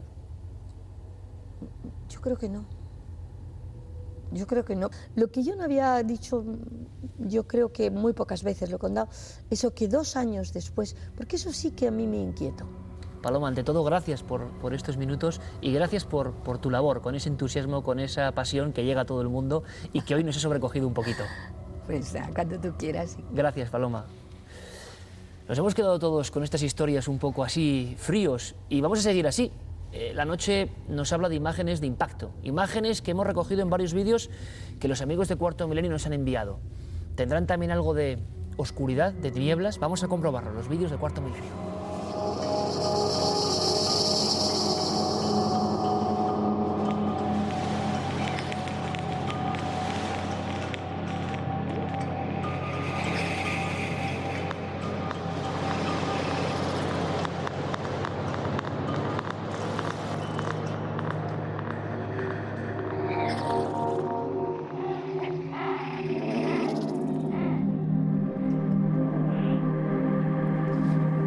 Es momento de disfrutar de los vídeos que envían los amigos de la nave del misterio, pero antes sería conveniente resolver cierta inquietud científica.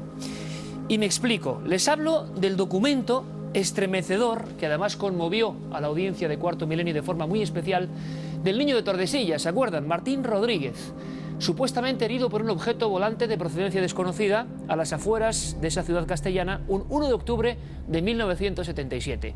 Expusimos los partes médicos. Estuvo él, incluso con el reflejo de las heridas de lo que fue aquel calvario misterioso. Y muchísimos amigos de hospitales, médicos, forenses, han intentado ayudarnos a resolver el enigma, a saber qué pudo ver Martín Rodríguez. Hay parte de esos especialistas de ciencia que hablan de que cierta dolencia, la hidrocefalia, quizá pudiese provocar ese tipo de visiones, quizá pudiese explicar, aunque sea un sector de ese encuentro, ese episodio realmente inquietante. Hemos querido hablar con hombres de consolidado prestigio y amigos de este programa. Les hemos dado los partes completos médicos de Martín Rodríguez y esta es su opinión. Por los informes médicos, Martín lo que tuvo desde pequeño fue una estrechez en unas cavidades que tenemos dentro del cerebro, y esa estrechez lo que hacía en él es que tenía mucha presión dentro del cráneo, y eso, que lo normal es que le hubiera conducido a la muerte, los médicos lo operaron y en esa operación ese líquido de exceso que tenía dentro del cerebro lo derivaron a otro lado y eso le salvó la vida. Ese acúmulo de líquido cefalorraquídeo hace que se acumule en los ventrículos, se empuje la masa cerebral contra el hueso contra el cráneo y se traduzca en la sintomatología como es visión borrosa, náuseas, vómitos, dolor de cabeza, alucinaciones visuales. Incluso hay un síntoma que es lo que es bajar los ojos, el síndrome de pospuesta de sol, que los ojos bajos.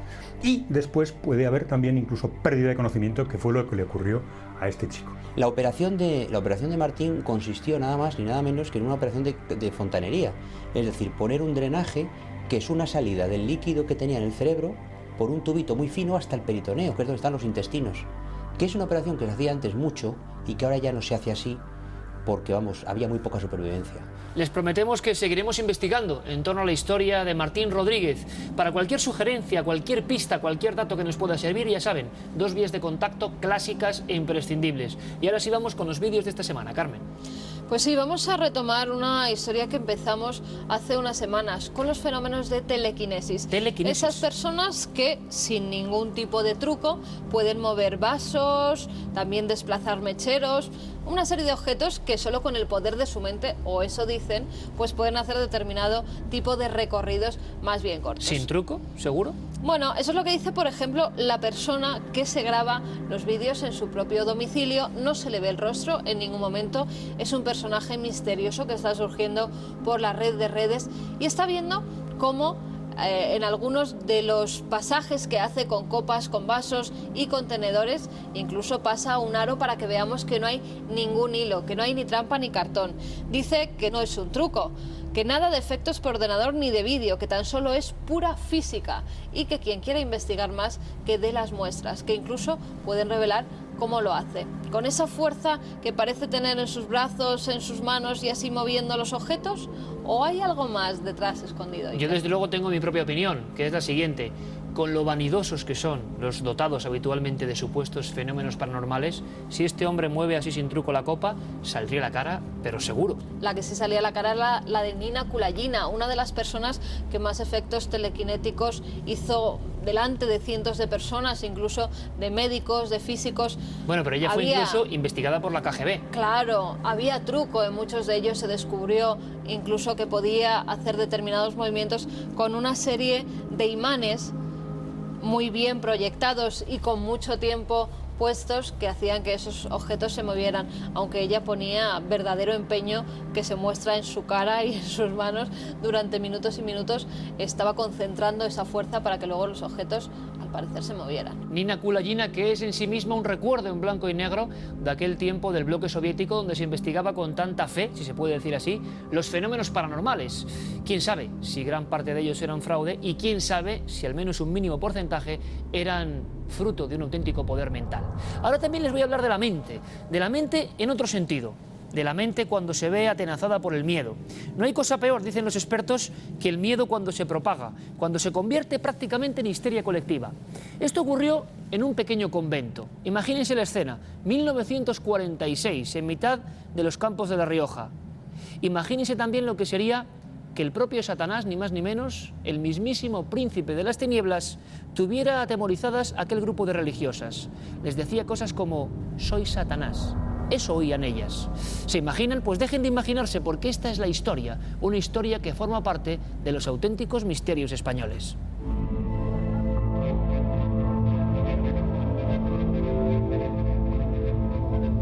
El mal está en todas partes. Puede manifestarse en cualquier momento, en cualquier lugar, y adoptando la forma más insospechada.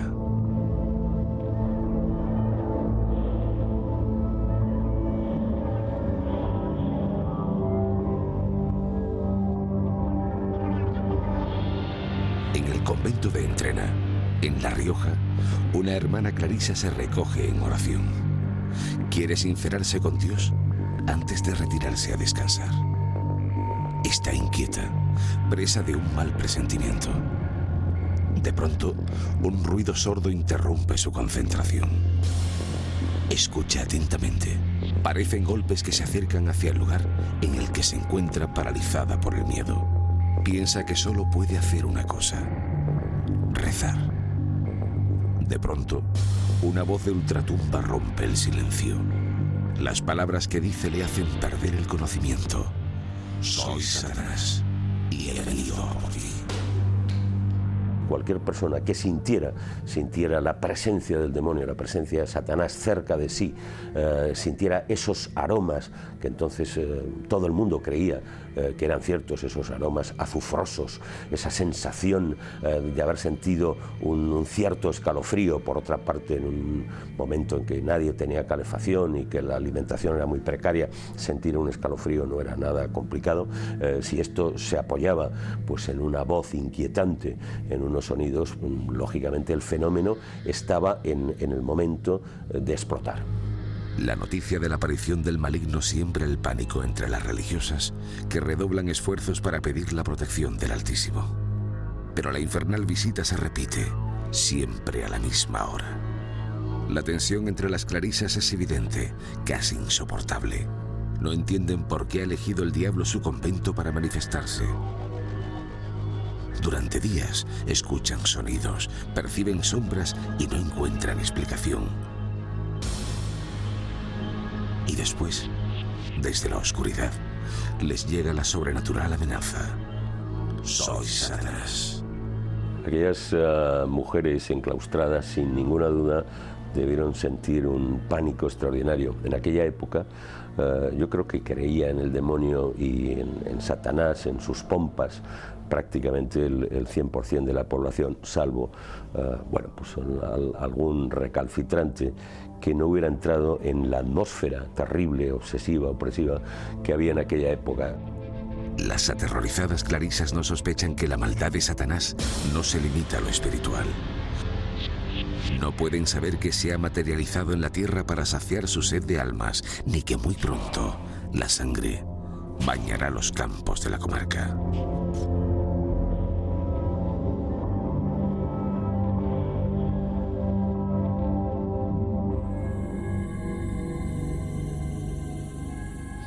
Imagínense cómo debían ser aquellas largas noches. Miedo a Satanás en un viejo y perdido convento de La Rioja. Así ocurrió, ¿verdad? Paco Pérez Caballero, nuestro reportero, ¿has estado ahí? Es una historia impresionante, Iker, porque estamos en un pueblo pequeño que por aquellos lares pues está prácticamente abandonado. Ahora ya, lógicamente, todo ha cambiado, pero sigue habiendo miedo a Satanás. En esta historia hay Satanás, hay Jesús y hay un paraje que se llama, curiosamente, el Camino de los Judíos. Y todo se mezcla en una historia apasionante que a todos nos va a helar la sangre. Estoy convencido de ello. Presten mucha atención porque esta historia empieza con el pánico, digámoslo así, sin control, dentro de una comunidad de monjas. Lo pasaron muy mal. Hay que imaginárselo, en un convento aislado, es el típico pueblo que nace en torno a una comunidad religiosa y en el que pues, se tiene un respeto absoluto a Satanás, con lo que la mera sospecha de que allí se está apareciendo el diablo pues genera un pánico atroz, no solo en el convento, sino en todas las casas aledañas, y que aún perdura, aún cuando vas preguntando por Satanás, hay gente que se estremece y prefiere no hablar. Nuestro compañero Paco ha estado allí, en Entrena, hurgando en la memoria y buscando documentos para una historia asombrosa que no es muy conocida, aunque ya verán el final que tiene, un final de muerte y de sangre. ¿Eran voces lo que escuchaban, Paco? ¿Voces? Eran voces, eran ruidos, eran cosas que no podían identificar, que lógicamente allí en medio de la nada, de noche, cuando todavía pues prácticamente no había luz eléctrica, no había calefacción, no había nada, no tenían ninguna comodidad, pues que lógicamente las alteraba sobremanera. Unas personas que tienen unas creencias muy arraigadas, que creen en Cristo, que creen en Jesús, que son católicas, pues que de repente tengan ahí la mera sospecha de que viene el mal a por ellas, pues las aterraba y las llenaba de un miedo que fue muy difícil de superar, y cuando supieron qué es lo que sucedía, no se les pasó el miedo. Vamos a descifrar el misterio, Paco, porque hay que imaginarse, posguerra, época del hambre, pequeño convento, y sí se entendía algo en aquellas voces. Siempre era el mismo mensaje, dicho muy cerca de algunas novicias: Satanás. La historia de los conventos y el misterio y las endemoniadas, Carmen, es muy amplia y muy larga, no se centra solo en este caso. Hay algunos mucho más dramáticos incluso. Sí, auténtico terror dentro de los conventos. Hay conventos en el que incluso Iker han estado todas las monjas que estaban allí recluidas, algunas de ellas de clausura, que han estado todas presuntamente endemoniadas. Si quieres viajamos hasta la Francia de 1626, hasta un convento de monjas ursulinas que se llamaba de Loudun, en la ciudad de Loudun, una ciudad Comunidad Francesa. Allí había llegado hacía pocas fechas un sacerdote joven, tenía nada más que 20 años, Urbain Grandier. Él es el protagonista de la historia en la que se centran las endemoniadas de Ludun, que así es como pasaron a la historia. Las endemoniadas de Ludun. ¿Qué tiene que ver Urbain Grandier con las monjas ursulinas de Ludun? Pues la monja, la madre superiora, que se llamaba Sor Juana de los Ángeles, ella empieza a escuchar historias de este sacerdote que al parecer era muy apuesto, muy alto, tenía una perilla muy característica y sobre todo porque se lo contaban las alumnas que ellas tenían en el colegio. Le hablaban de los amores y desamores que ese cura tenía en ese pequeño pueblo. Era un Casanova. Totalmente. Y la monja, que no debía estar muy bien en sus cabales, según decían los textos de la época, incluso los partes médicos que llegaron a realizarle, empezó a tener ensoñaciones con él. Pero en el convento comienzan a darse todo tipo de fenómenos demoníacos, Iker. Incluso llegan 3 exorcistas desde París, mandados por el cardenal Richelieu. O sea, con toda esta polémica de un cura que es aceptado o que no, fenómenos extraños. Fenómenos extraños. La propia Madre Superiora, Sor Juana de los Ángeles, comienza a tener una serie de pesadillas en las que dice que ve un perro negro saliendo de su habitación, que es el mismísimo demonio, que intenta tener relaciones sexuales con ella, ese mandato de Satanás. Más monjas dicen lo mismo, incluso llegan a hacerse teatros públicos. Teatros, pero fíjate de qué manera. Cuando llegan los exorcistas desde París, lo que hacen es abrir el convento a todo el público, para que todo el pueblo vea los tremendos éxtasis en los que caen esas monjas. Gruñidos, rechinar de dientes, hasta tal punto que muchas de ellas llegan a romperse piezas dentales delante de toda la gente que estaba allí, con médicos, con exorcistas, con sacerdotes llegados de otras partes, tremendas convulsiones, gritos animalescos, todos los síntomas que según la Iglesia Católica se tienen que dar para ver a una persona que está endemoniada. Están endemoniadas? Llegaron a estar endemoniadas 22 de las monjas que poblaban ese convento, aunque algunas en el último momento se retractaron de las palabras que habían dicho. ¿Por qué estaban endemoniadas? De ahí entra nuestro sacerdote. Porque según Sor Juana de los Ángeles, Urbain Grandier había hecho 2 pactos con el mismísimo Satanás. Esos 2 pactos... El cura apuesto había pactado con Satanás antes de entrar en el convento. Eso es, había pactado con Satanás para que esas monjas fueran visitadas por los entes malignos. Es entonces, a partir de ahí, cuando se hace todo un juicio contra Urbain Grandier, hasta tal punto que llega a ser quemado en la hoguera sin que el pobre hombre tuviera ninguna prueba en contra de él, porque se registró su casa, no había, tal como dijeron las monjas, no había ningún libro ni de magia ni de hechicería, no había, por supuesto, ningún pacto demoníaco, e incluso le sometieron a una cosa que en la época estaba muy de moda, el ver desnudarle y en distintas partes de su cuerpo, pinchándole con una aguja, comprobar que ahí no tenía sensibilidad. En las partes en las que no tenía sensibilidad era donde decían que se alojaban diferentes demonios a lo largo del cuerpo de ese cura, que murió incluso echando una maldición a todos los que habían ido en su contra. Maldición que meses después a uno de los sacerdotes, sobre todo al padre Lancla,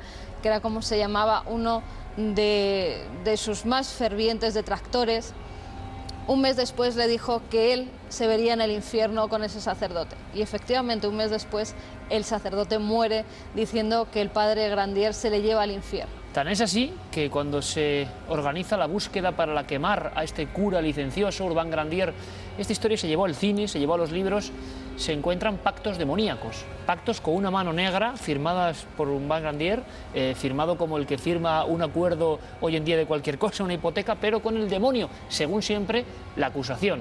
Eso le llevó a las llamas purificadoras. Es el caso más claro de demonios en el convento. Pero nos marchamos incluso a España, esto no solo viene de fuera. Ha habido conventos, por ejemplo en el corazón de Madrid, el convento de San Plácido, donde decenas de monjas aseguraron estar poseídas. Y también fue un espectáculo parecido a Ludum, con espuma por la boca, con imprecaciones a la Virgen y a todos los santos, creencias de estar siendo poseída por el demonio. Al final esa gente encarcelada. Sí, muchos de ellos fueron llevados, sobre todo las monjas, la Madre Superiora en este caso también, fueron llevados a las cárceles secretas de Toledo, donde muchos de ellos perecieron, murieron allí encarcelados. No se llegó a ningún tema, también porque fue tapado por el monarca Felipe IV en aquella época, Iker, pero sí, de verdad en Madrid, de esa misma época, además coincide en fechas con Ludum, 1624, 1626, se tuvo un temor tremendo porque se creía que el diablo estaba en el monasterio de San Plácido. 17 de las monjas que tenían la regla de San Benito habían abrazado esa regla, creían estar endemoniadas, y luego, Iker, pues muchas de ellas mueren encarceladas y otras son repartidas por distintos conventos de España. Expedientes X, creencia en el demonio dentro de un lugar como es un convento de religiosas. Y nos vamos a un punto bien cercano, un lugar extraño, un lugar donde ya no hay nadie. Ya no hay luz, ni agua, ni nadie que pueda necesitarlo. Es San Pedro de Arlanza, en Burgos. Sus imágenes, sus columnas... Hay una historia curiosísima de un ajedrezado donde dicen que el templario jugó una partida con el demonio. Es un lugar digno de ser visitado, pero donde muchas personas hablan de misterio, pero de misterio a flor de piel, de misterio de encontrarse mal, de misterio de una aparición o una aparecida, del misterio de exorcismos. El editor Sebastián Vázquez conoce muy bien, ha pasado muchas noches en San Pedro de Arlanza, en este lugar, y nos quiere contar su experiencia. Como decimos, un lugar abandonado, pero seguro que está completamente abandonado. Nos lo cuenta Sebastián Vázquez. ¿Por qué San Pedro de Arlanza es un lugar legendario? ¿Qué leyendas hay ahí? Una, la de clásica, que está allí representado en lo que son las ruinas, una especie de enlosado muy particular, donde hay una leyenda que habla que un templario jugó una partida al ajedrez con el diablo. La torre, la famosa torre, que estamos hablando del siglo XI, siglo XII, donde muchas personas afirman sentir, percibir todavía el canto de los monjes, de aquellos monjes que en procesión cantan esos cantos gregorianos. La leyenda de los héroes de la batalla de Acinas enterrados en ese campo santo, la famosa cueva que conecta con la ermita. Es un lugar donde converge también muchísimas desgracias. Después de la desamortización de Mendizábal ocurren dos grandísimos incendios, y ese lugar que llegó a ser uno de los monasterios más importantes de toda España, hoy es una ruina romántica en donde yo creo que cualquier persona amante del misterio, de la historia y de leyenda, pues debe de visitar. San Pedro de Arlanza, este es el lugar exacto donde también se practicaban exorcismos masivos. Sí, junto con el monasterio de Silos, que está cerca de San Pedro de Arlanza, era uno de los recintos donde se llevaban a cabo exorcismos, donde iban los endemoniados de toda la provincia, e incluso de parte de aquellas personas que iban por el camino de Santiago, pasaban por allí, les hacían los exorcismos y continuaban para cumplir penitencia. Hoy en día, el único resto de conventos donde el demonio está presente, Carmen, sería el Corpiño. Sí, efectivamente, hoy en día allí sigue habiendo un exorcista oficial, que además hemos tenido hablando para el programa, y casi semanalmente nos decía que se siguen realizando exorcismos de personas que realmente se creen endemoniadas, creen tener a las fuerzas infernales dentro de su cuerpo, y las escenas siguen siendo las mismas que hace siglos. Gente revolcándose por el suelo, emitiendo aullidos, palabras incomprensibles en muchos casos, en otros casos comprensibles y en idiomas diferentes como el latín, el arameo, el francés también en otras ocasiones, y todos los síntomas que dice la Iglesia que se tienen que dar según el Rituale Romanum para que una persona pues tenga esas características o esté presuntamente endemoniada. José Donsión, que es el exorcista oficial del Corpiño, durante las procesiones incluso sigue viendo cómo la gente pasa debajo de esas imágenes para quitarse el meigallo, que es como lo llaman por esas tierras. O sea, último reducto en la España de hoy del siglo XXI de esta larga serie, de esta ristra de historias que tienen dos componentes: conventos y el demonio.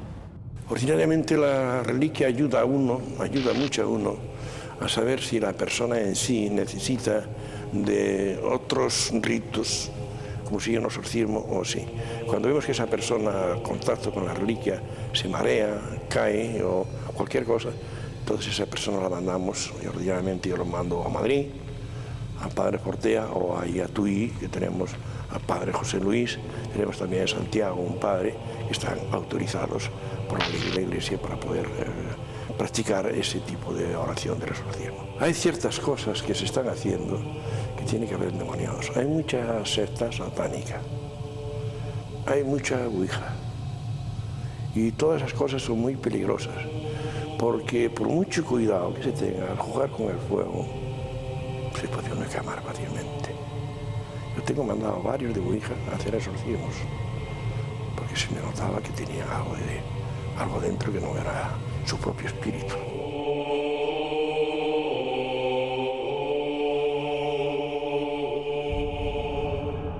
Es hora de poner fin a la historia de Satanás que mató a Jesús en el camino de los judíos, Paco.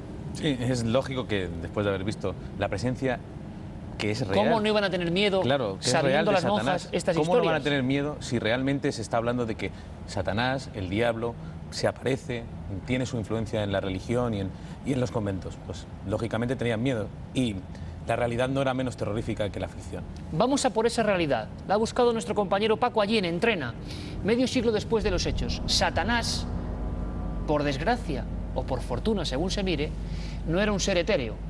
Tenía nombre, apellidos y era un ser de carne y hueso. Era, eso sí, un auténtico demonio. El 28 de noviembre de 1946, Satanás derramó la sangre de un inocente entre las localidades riojanas de Entrena y Navarrete. En esta ocasión, el diablo decidió actuar a través de un hombre. José García Barriobero, el asustamonjas, al que por su maldad llaman Satanás. Golpeó a un hombre en la cabeza con una pesada piedra hasta destrozarle el cráneo. Tal vez fuera casualidad, pero la víctima se llamaba Jesús, como el Hijo de Dios. Coge una gran piedra y le destroza la cabeza. Le destroza la cabeza como seguramente había hecho tantas veces, pues con una alimaña que hubiera tratado de atacar a sus ovejas. Es decir, la consideración probablemente que este hombre tenía ante ese ser humano no era de ser humano. O sea, estaba viendo una fiera a la que había que eliminar. En Entrena, el pueblo natal del asesino, todos conocen la historia, pero se resisten a hablar. Es como si aún le tuvieran miedo, como si todavía escucharan por las calles su voz sobrenatural. Cuarto Milenio ha conseguido localizar 60 años después a los jóvenes que se toparon con el cuerpo sin vida del hombre que sufrió en sus carnes la ira de Satanás. La víctima estaba tumbada en la canaleta, que era estrecha. Casi que cabía él allí, porque era estrecha. Y la tenía tumbado. Y yo pensaba que eran césped, o hierba o algo así, que le había echado en la cabeza. Y luego la puso encima de la cabeza, puso una piedra. Miguel Navajas no ha podido olvidar aquella macabra imagen. Pero el primero en llegar hasta el lugar del crimen fue Ignacio Marín, que tuvo que enfrentarse a la obra del cruel asesino en completa soledad. Aquí mismo fue lo que pasó eso. Estaba boca abajo, las piernas hacia arriba, la cabeza hacia allí, y luego vuelto el cuerpo hacia arriba y una piedra en el cogote. Y al no ver nadie, y a la mañana tan temprano, pues se ha asustado. Yo después bajé y apenas se lo podía contar a mi padre. Ya subimos, él se pensaba que era mentira. Y le digo, no, que sí, que es que hay un hombre muerto, que allí hay un hombre muerto en el río metido y tal. Y ya subimos y comprobamos que era verdad. No dudan que José García Barriobero fuera un hombre, pero equiparable en maldad al mismísimo demonio. Eso no hace más que un Satanás. Y llevarlo engañado, porque lo llevó engañado, porque allí en el corral pues no había ni ovejas, ni había cabras, ni había nada. Ese lo llevó engañado, nada más que con la idea de robarle. Probablemente este hombre tenía unos modales terriblemente bruscos, su aspecto, y todavía, bueno, lo podemos ver en las fotos, denota una cierta animalidad. Es lógico que la gente pensara en este individuo como alguien endemoniado, como alguien poseído, si no exactamente por el maligno, sí por las fuerzas del mal. Satanás fue condenado a muerte y ejecutado en el garrote vil. Pero se puede matar al mal. Su leyenda aún pervive, y los visitantes que se acercan al convento de Santa Clara en Entrena aún se estremecen si se menciona al Satanás de Logroño.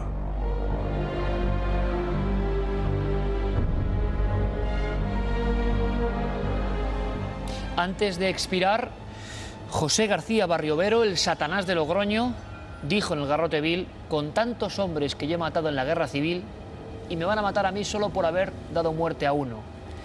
Dice todo en torno a la biografía de este auténtico demonio. Era una persona muy especial, que por eso se ganó el apodo de Satanás, no por cualquier cosa, ¿no? Era un hombre que tenía fama de, por ejemplo, haber reventado un caballo simplemente de haciéndolo correr, era un cabrero, una persona muy ruda, muy fuerte, que tenía asustadas no solo a las monjas, sino a todas las personas que lo conocían personalmente, porque era muy bruto, dicho por sus paisanos, y hoy es recordado así. Todavía tiene familiares en Entrena, por eso quizá también los habitantes de ese pueblo pues no quieren hablar, más que nada por no molestar a esas personas que tampoco tienen la culpa de haber tenido pues a un ser, a una persona tan criminal como el Satanás de Logroño. El último agarrotado en Logroño, el último. Fue el último agarrotado en Logroño, tuvo ese dudoso honor y cometió un crimen atroz. Decíamos antes las casualidades de la vida, ¿no? A él le llamaban Satanás, su víctima era Jesús, lo mató para robarle porque le tendió una trampa diciéndole que le iba a vender unas cabras, y cuando estaban ya en un paraje solitario, conocido curiosamente como el Camino de los Judíos, allí le dio muerte de una manera espantosa, a pedradas en la cabeza, y se fue tranquilamente, pero bueno, como la justicia no es tonta, al final acabaron dando con él. Él acudió al lugar de los hechos a hacer una reconstrucción terrorífica sin ningún tipo de remordimiento de lo que había sucedido. Un psicópata. Y al final le acabaron agarrotando. Un psicópata probablemente, o un ser malvado, que también los hay, Iker. Un ser malvado que lo que nunca sabremos, y eso queda en el lado oscuro de esta historia única en la historia de la criminología española, es por qué durante tanto tiempo quería causar el terror en aquel convento diciendo soy Satanás. Es un poco incomprensible. Desde bien jovencito. Hay que tener en cuenta, Iker, que estamos hablando de un hombre de 28 años. No estamos hablando de ninguna persona que lleve un largo recorrido en la vida, ¿no? Desde muy jovencito se había dado por el mal. Y iba al convento porque él veía que aquello era pues el símbolo de lo que él despreciaba, ¿no? Y por eso se hacía pasar por Satanás y disfrutaba pues con el miedo de aquellas pobres mujeres que lo único que hacían pues era rezar y dedicarse al pueblo y a cuidar su huerto. No hacían mal a nadie. Y sin embargo él disfrutaba con ese sufrimiento. Era el germen de lo que finalmente haría: matar primero en la guerra civil y disfrutando de ello, y después pues a un pobre labrador al que engañó diciéndole que le iba a vender a precio de ganga unas cabras. Mucha gente nos había escrito de La Rioja diciendo que había una leyenda que hablaba de Satanás en el convento. Esta es la verdad de esa leyenda. Gracias, Paco, por desentrañarla. Y ahora vamos, decía él, la historia y la fuerza que tienen las imágenes de este hombre, el Satanás de Logroño, reconstruyendo el crimen. Fotografías del pasado. Ahora vamos con las que ustedes nos mandan aquí a Cuarto Milenio, las fotos de lo extraño.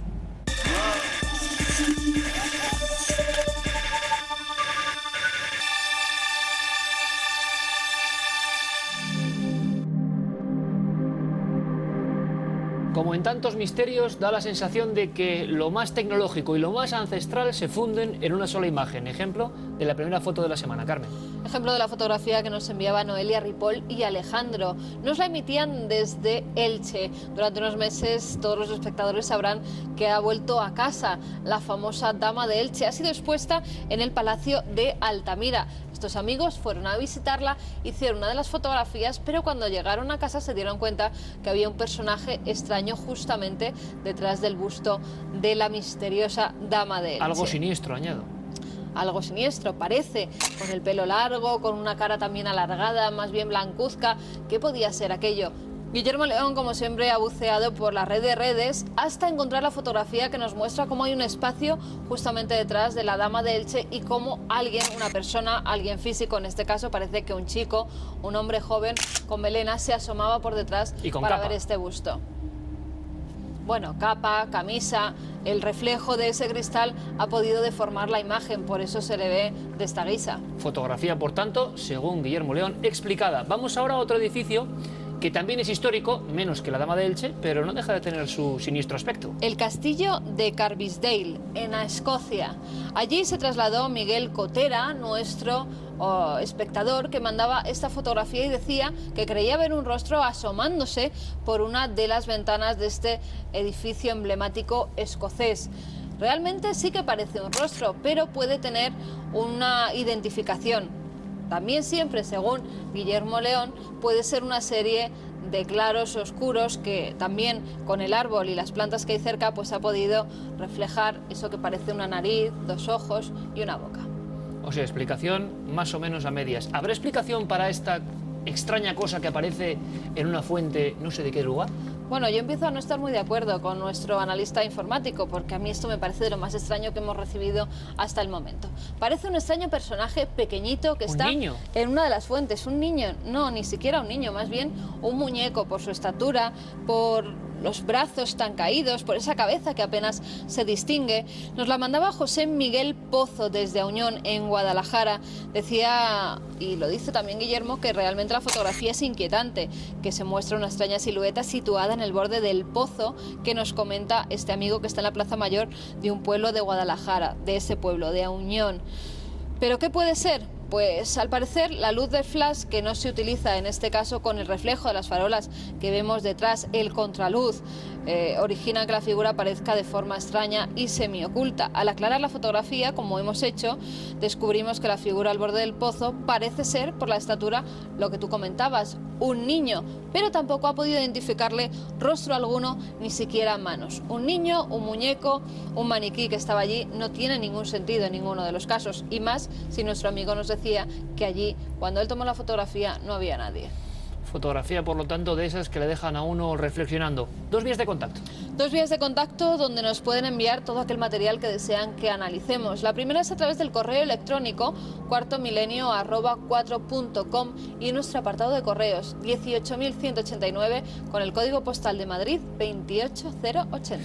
Y con esa curiosa sensación de la última fotografía nos quedamos aquí. Digo nos quedamos porque este equipo se pone de inmediato a preparar nuevos temas, nuevas historias, nuevos enigmas con los que apasionarnos con todos ustedes. Ya lo saben, somos Cuarto Milenio.